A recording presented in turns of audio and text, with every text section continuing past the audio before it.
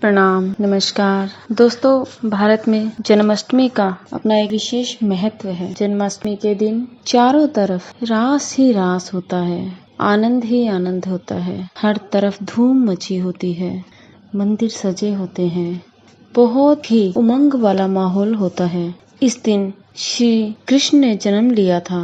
इस दिन हो भी क्यों ना, क्योंकि इस दिन लीलाधारी ने श्री कृष्ण ने जन्म लिया था, जो कि श्री हरि के अवतार थे।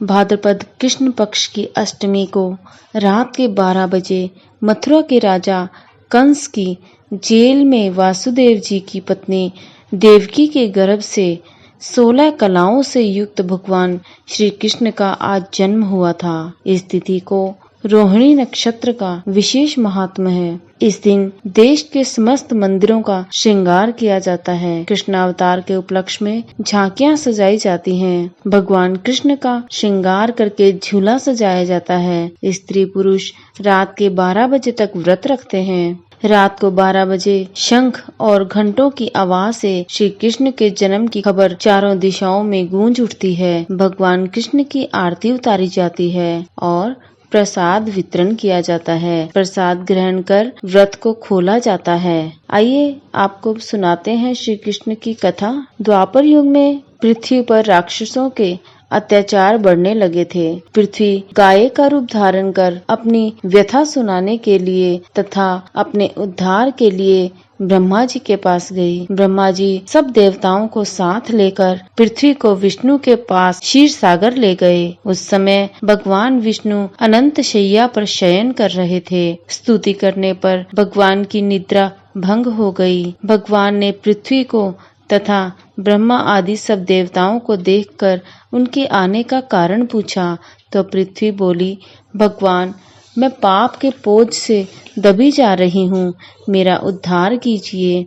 यह सुनकर विष्णु बोले, मैं ब्रजमंडल में वसुदेव की पत्नी देवकी के गर्भ से जन्म लूंगा।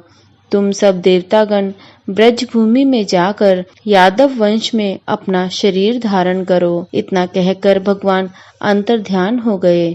इसके पश्चात देवता ब्रजमंडल में आकर यदुकुल में नंद, यशोदा तथा गोपियों के रूप में पैदा हुए। द्वापर युग के अंत में मथुरा में उग्रसेन राजा राज्य करते थे।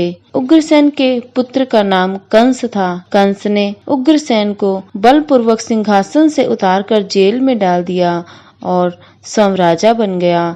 कंस की बहन देवकी का विवाह यादव कुल में वासुदेव के साथ निश्चित हो गया। जब कंस देवकी को विदा करने के लिए रथ में जा रहा था, तो आकाशवाणी हुई कि हे कंस, जिस देवकी को तू बड़े प्रेम से विदा कर रहा है, उसका 8वां पुत्र ही तेरा संहार करेगा। आकाशवाणी की बात सुनकर कंस क्रोध से भरकर देवकी को मारने को दौड़ा। उसने सोचा, न देवकी होगी और न उसका पुत्र होगा। वासुदेव जी ने कंस को समझाया कि तुम्हें देवकी से तो कोई भय नहीं है, देवकी की 8वें संतान से तुम्हें भय है, इसलिए मैं इसकी 8वें संतान को तुम्हें सौंप दूंगा।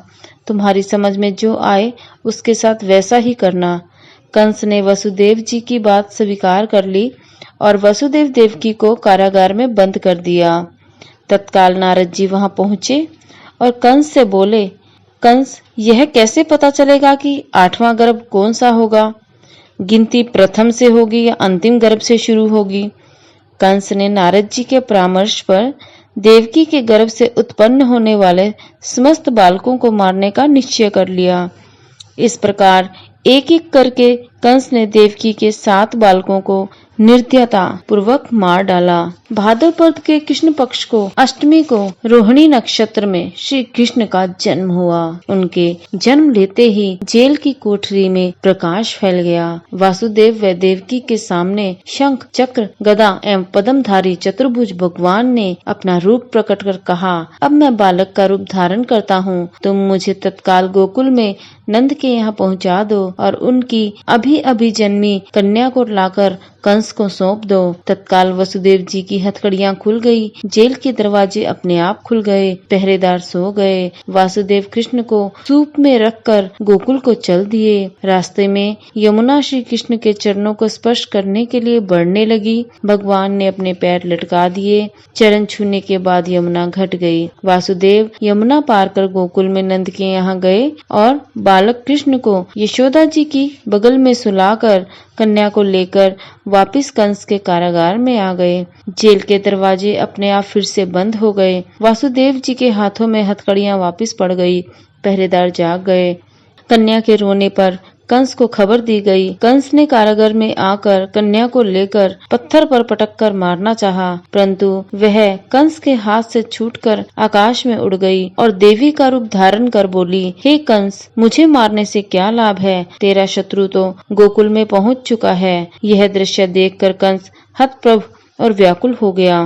कंस ने श्री कृष्ण को मारने के लिए अनेक दैत्य भेजे। श्री कृष्ण ने अपनी अलौकिक माया से सारे दैत्यों को मार डाला। बड़े होने पर कंस को मारकर उग्रसेन को राजगद्दी पर बैठाया। श्री कृष्ण की पुण्य जन्म तिथि को तभी से सारे देश में बड़े हर्षोल्लास से मनाया जाता है। जय भगवान कृष्ण की।